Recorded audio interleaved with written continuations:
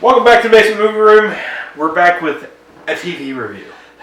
Now, you may have seen that we did Expanse Season 6, Episode 1, and we haven't done an episode since because Christmas and things like that fell in the way, and then COVID also kind of fell in the way because that happens. Yep. But nonetheless, we're back after the final episode of the season, and I guess we're just gonna review the season series, whatever, and talk about kind of how we felt about it. I don't even think we need to do a real review of the episode. I think we can just kind of talk about how we felt about the episode, as opposed to doing a talk review. about the season, and then we can talk about the season finale. Yeah, I mean, the season in general just is about the battle against Marcos and Aros. That's really all it is. There's some bonehead things that are done by Jim Holden, unfortunately, in this season. He's known for doing that. Yeah, and there's going to be spoilers. I'll tell you there's spoilers in this review. We're not going to hold back on that. So if you haven't watched it, go watch it. Then come back here and watch this, perhaps. Well worth it. Yeah. So essentially, we're dealing, as we were in the first episode, we're dealing with the aftermath of Earth being destroyed by asteroids. Earth's in a bad place, as we said in the first episode, and they're at war with the Free Navy run by Marcos and Aros. It's basically Mars and the Earthers, Avasarala leading the Earthers, against the Free Navy. You also get Kamina Drummer, who is my favorite character by far in the series. She's amazing. I love the actress who plays her. She's fantastic. As kind of a wild card, I guess. She's not working for Marco, but she doesn't really want to work for the Inners, the Earth and Mars. So she's kind of out on her own, going against Marco because she doesn't believe Marco's really out for the best of the belt. She's the Han Solo. Yeah, she's a wild card. Yeah. She knows Marco. She let him go at one point in the series. Her and Clace Ashford both let Marco go, so she almost feels responsible, I think, for some of this. So she's out there on her own, and she's trying to gather people to her cause to oppose Marco, but not exactly work for the Inners, to work for her. So she's doing that. She does get a couple of the kind of like, I think they're called Golden Bow, and there's another one out there that's like part of the Belter Pirates and things like that. But she gets, I like the guy. She gets to, he's very rough Belter Loda, he's a very rough kind of guy, but he's pirate. He hates He hates Marco because Marco is kind of an asshole. Right. And Marco, he doesn't. A lot of Belters do see that Marco's really not out for the best interest of them. He's only out for his best interest, although he plays it like he's out for the best interest. He abandons Ceres Station in that and leaves it so Earth, Avasarala will have to take care of them. They plant bombs on Ceres Station to blow up. They kill Earthers, Belters, and Martians with that.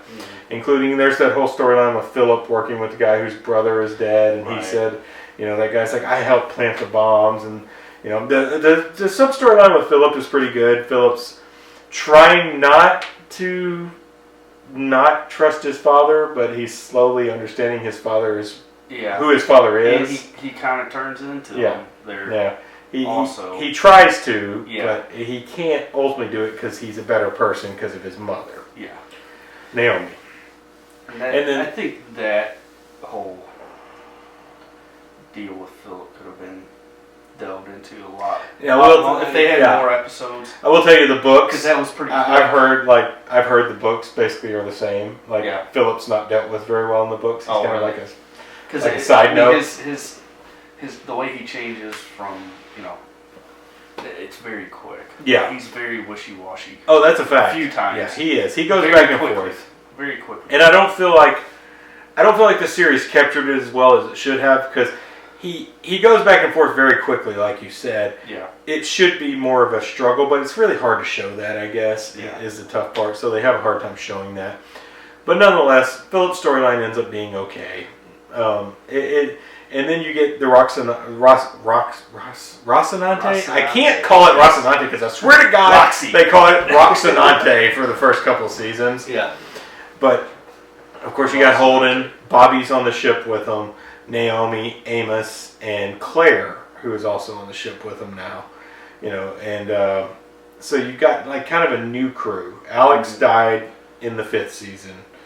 because his actor was an asshole. Yeah. But they had to kill him off. But they don't dismiss Alex's character. There's a lot of memories of him throughout the season. I mean, they're not saying Cass Anvar is a good person. They're saying the character that was created for the show was a good person, and they're sorry he's gone. So you get that, and you get some good space battles. Honestly, you have that. But the biggest bonehead move in the show is, and it pays off ultimately at the end. Yeah. Holden decides not to kill Marcos Inaros when he has him dead to rights because Philip is on the ship, and he basically tells Naomi, "I cannot kill your son. That's not something I can do. It would never be the same for us because they're in a relationship, obviously." So I thought the reasoning was good, and the funny, I don't know if you noticed this, but Amos just spills the beans to Bobby, and Bobby's like, "Oh well, fuck it." She doesn't care. No, yeah. She's like, "It is what it is." Yeah. You know, which is why I like Bobby. She's very matter of fact. I always find it funny that her name is Bobby Draper in the show, and her name in real life is Frankie Adams. She's got a man's name in both things. Yeah. It's kind of funny. I don't know. I had to bring that up because I always thought that was pretty funny.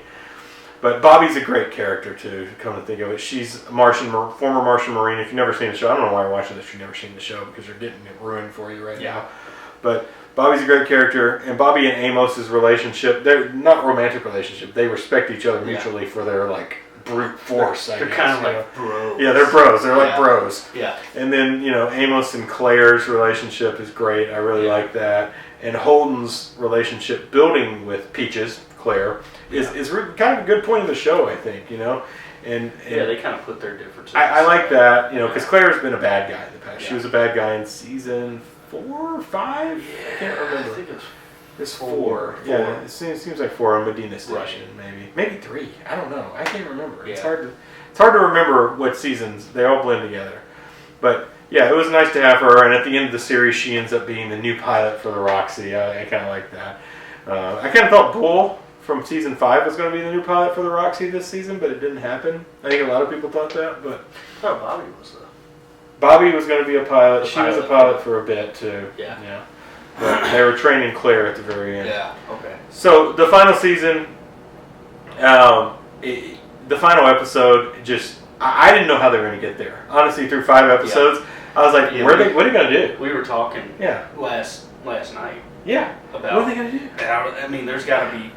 We were like, somebody's got to pick this up and finish it off correctly.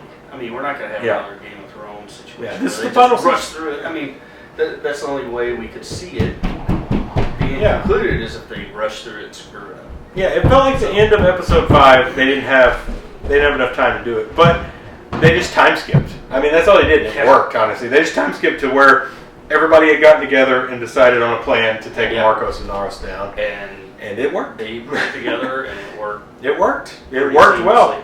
The final, they had even set up the way Marcos would die earlier on in the season, and Naomi only solved that. And Holden couldn't kill Philip. There's the payoff. But Naomi gave that. Was able to do that. Yep. And I'll just spoil it. Philip doesn't die. Which I do hate that Rosenfeld died. That's Marco's second in command. Yeah. I thought she was a decent person that just got stuck with shitty Marco. Yeah, she was a good character. Yeah, she's a really good actress. Her name is Kathleen Robertson, I think. She's been in a lot of stuff. She's just never been huge, but she was fantastic in this series.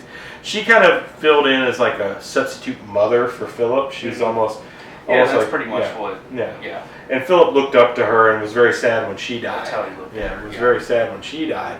And then when she died, that was a pretty good end for her. Yeah, it was. I mean, in a sense, when she died, though, it was the turning point for Philip. Yeah. That was where Philip decided that he couldn't be with his father anymore because his father just didn't care. It's him flip flopping again. Yeah, that he'll was be he'll be a good politician one day. Yeah. So ultimately, what they used to take down Marcos and Naros, they'd set up through a couple seasons now because at the end of the last season, they set it up with the Laconia ring with the Mars ship going through it and being eaten by an entity. Right.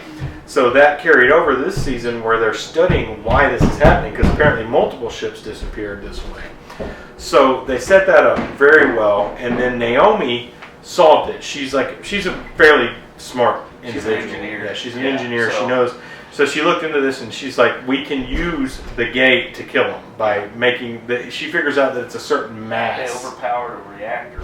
Yeah, they made the mass of the ring enough to where it would activate these deadly beings or whatever in the rings. And so that's how they took down Marcos. Spoilers, but I already said that. So if you're watching at this point, too bad. Yeah. And then, instead of that being the very end, which I would have been fine if that was the very end. I mean, they have to take down the ring station as well. There's that whole sequence with Bobby and Amos, which is dodgy CG for sure. In that a lot of dodgy CG. Dodgy for sure, with Amos on his seat falling in. Got budget. Yeah, and then there's some situations that some characters probably shouldn't have made it out of. Yeah, namely Amos and Bobby. I would have, like we were talking. As morbid as it sounds, and this is kind of the coming off of Game of Thrones too. You expect people to die. Yeah, they probably should have died. Yeah. It would have kind of been a good time for them to go. Yeah, and it would have been fine because I haven't read the books or anything. I think they survived. So the books have them ongoing. So it kind of I guess they don't want to close off the loop. That would have been a good send off for them. Though. It would have, but it was also a pretty heroic for both. Pretty badass scene, to be honest, with all the gunfire. Now they survived. And then Bobby taking out with a couple bruises. Kind of beside me. Yeah, they looked pretty. They looked rough. I'll give you that, but they weren't dying. But not. Yeah. Bobby taking down the rail guns with her little missiles off her back there. That was part of her training when we first met her. Yeah. Oh, didn't she screw it up though? I don't remember. In her training. It's been a while. Yeah. It's been a while. She was on the first time we met her. She was on Ganymede fighting the proto-molecule guys. They were something. It was. Yeah.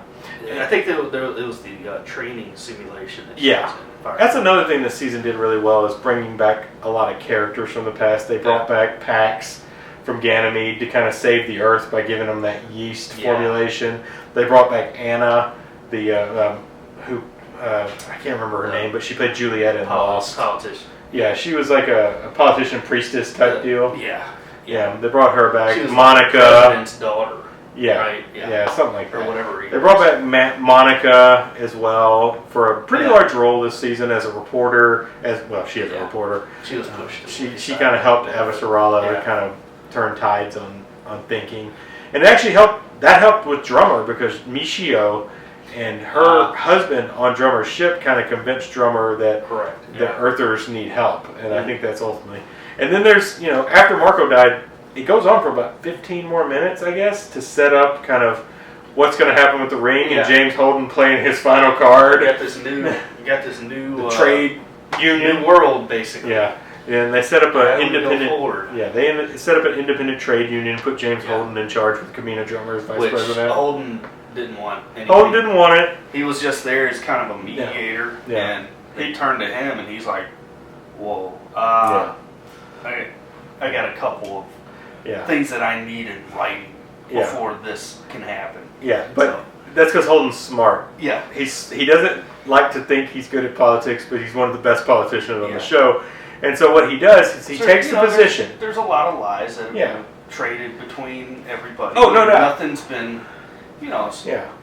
He takes this position that's foisted upon him only under the requirement that Kamina Drummer be his vice president of the trade Federation or Union or whatever. Trade Federation. Star Wars.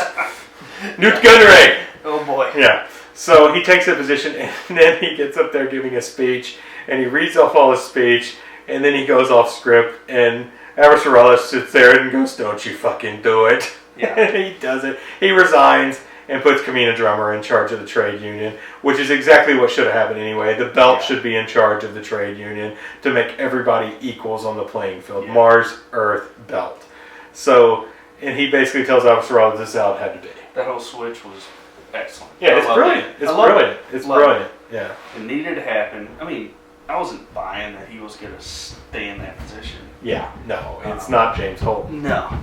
So yeah, he's not. He's the best politician who does not want to be a politician. Yeah. That's what he is, which is usually a good thing, but he couldn't do it. He needs to be out there in the open space doing what he does. And at the end of the show, he's like, should we go out and like run, protect people from pirates and stuff? It's like the most important person in the universe basically is going out there just to run odd jobs. It's hilarious. Yeah, and the thing about this show too is politics are done extremely well.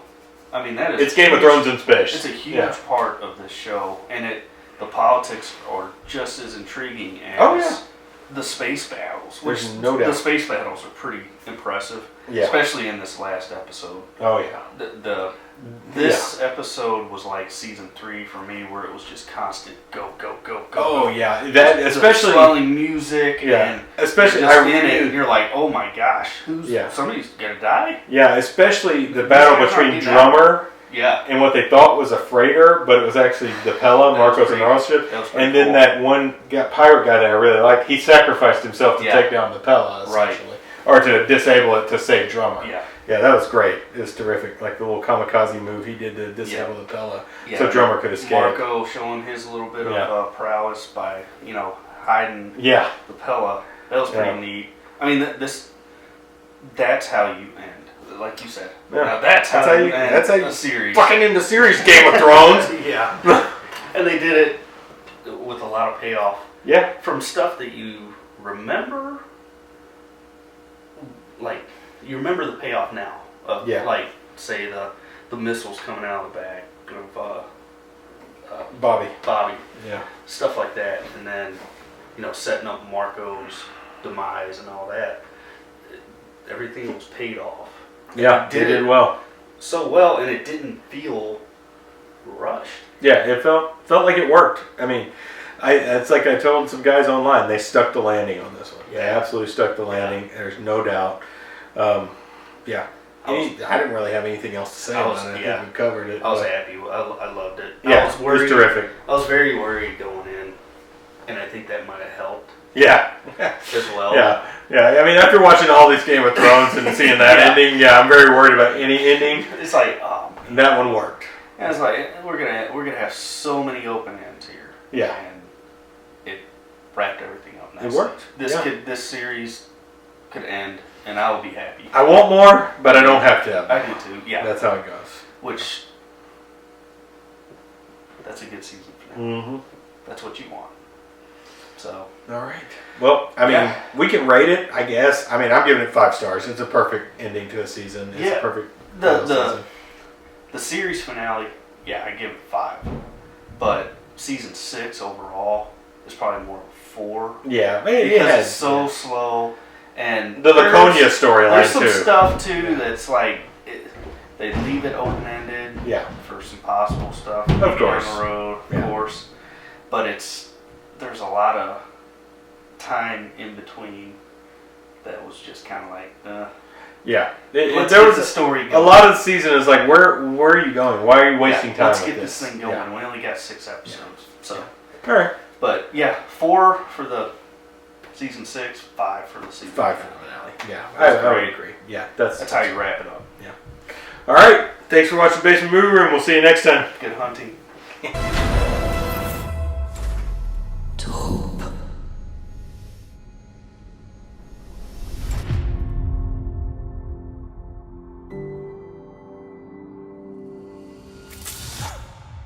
Who's there?